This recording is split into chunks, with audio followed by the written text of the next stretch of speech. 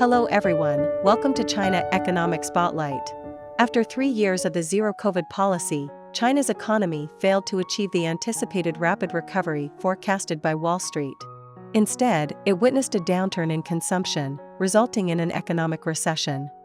Despite the initial boom in the catering sector, the popularity of Zibo barbecue proved short-lived. Instead, a new trend called blind box of leftovers emerged, where unemployed youth like Sun Yuan from Beijing purchased leftover food from a catering merchant for 7.9 yuan and sustained on it for 2 days.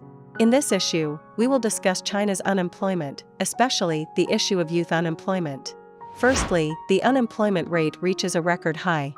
According to the data released by the National Bureau of Statistics on June 15, the unemployment rate for young people reached 20.8%, reaching a new high for 2 consecutive months since 2018, though the public believe the situation is even worse.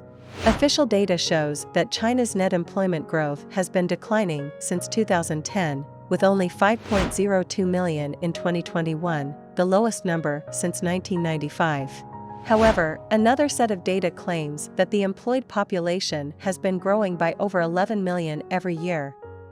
Even during the economic downturn from 2020 to 2022, the official figure still claimed an increase of 12.06 million new jobs in 2022.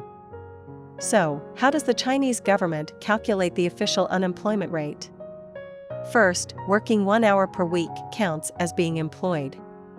Second, the unemployment rate does not include rural populations, even though the employment situation in rural areas is worse.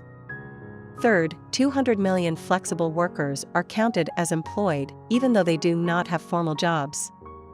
Fourth, non-labor force individuals are not included in the unemployment statistics. The non-labor force refers to those who are not actively seeking employment or have lost their ability to work. In other words, those who embrace the concept of lying flat, full-time children, and the offspring of affluent families who don't need to find work are considered non-labor force. Even with these data manipulations, the official youth unemployment rate in China remains as high as 20%. What is the actual unemployment rate? Videos from the internet show scenes of unemployed middle-aged people crowding into Beijing Starbucks and Tongzhou Majukio labor market, where they work for over 10 hours a day and earn less than $2.50 per hour. In one of China's top 100 counties, Kunshan in Jiangsu, the Human Resources Recruitment Center is empty as Taiwan businesses have left, resulting in zero job opportunities.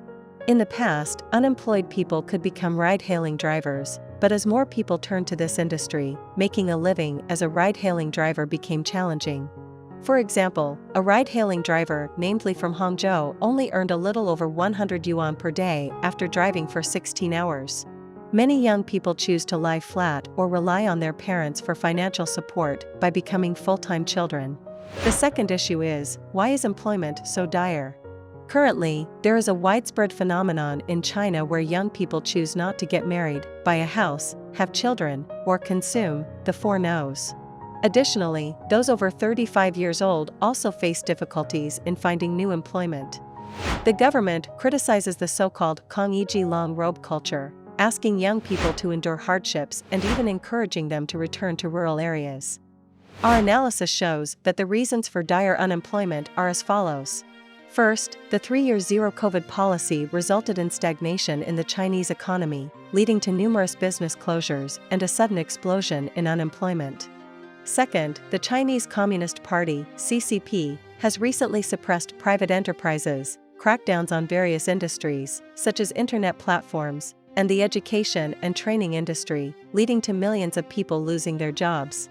Data from China enterprises show that in 2021, over 4.45 million private enterprises closed down, providing nearly 80% of China's employment. Third, China's economy has been decoupling from the global economy, leading to the relocation of industries and a decline in orders. Official data claims foreign-funded enterprises account for 2% of the market entities and drive around 40 million jobs, accounting for 10% of the urban employment population in the country. The trend of decoupling between the world economy and China's economy might become the norm in the coming years, making it even harder for Chinese people to find jobs. Fourth, China's government-led education industrialization has caused a severe mismatch between talent supply and market demand. In 2023, the number of college graduates in China is expected to reach 11.58 million, reaching a new high. The education system has been under the control of China's planned economy model, resulting in a disconnect between education and market demand. In 1998, China started educational industrialization, expanding higher education, and many vocational schools, junior colleges, and night colleges have been converted into universities. Data shows that in recent years, approximately 70% of high school graduates are admitted to universities. To attract students, universities have opened many majors in finance, foreign trade, real estate, computer science, information software, and other fields. However, vocational schools that train lower-skilled manufacturing talents have no takers. For over 2 decades, many graduates have been working in fields unrelated to their majors. When the economy was thriving, this mismatch could be absorbed by the market, but during economic downturns, this mismatch becomes apparent, with many manufacturing jobs left vacant while university graduates refuse to take low-skilled jobs. The current wave of unemployment is spreading, and employment is indeed difficult. Lastly, let's review the main reasons for the 3 waves of unemployment under the rule of the Chinese Communist Party. The first wave of unemployment occurred from 1973 to 1979 when political and economic difficulties led Mao Zedong to launch the Cultural Revolution, sending a large number of young people to the countryside. When the Cultural Revolution ended, many people returned to cities, causing the first wave of urban unemployment.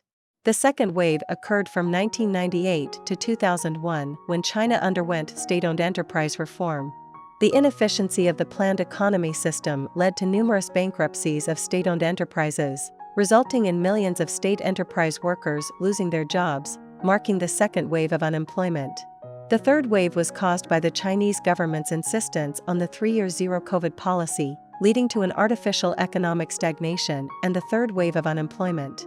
So, will China's employment situation improve in the future? As we analyzed earlier, the fundamental reasons for Chinese unemployment, including the crackdown on private enterprises, decoupling from the global economy, and inefficiency of the state-owned economic system, will continue to exist in the long term and may worsen over time. This means that the unemployment problem is likely to become more severe. Finally, let's address why China's consumption has not recovered after the pandemic, and instead experienced a sharp decline, with some industries showing a 30% drop in consumption. We believe that a sudden and substantial decrease in the population lead to a corresponding sudden drop in consumption. We discussed this phenomenon in detail in our previous programs. That concludes this episode. If you like China Economic Spotlight, please subscribe it and stay tuned. Thank you, everyone.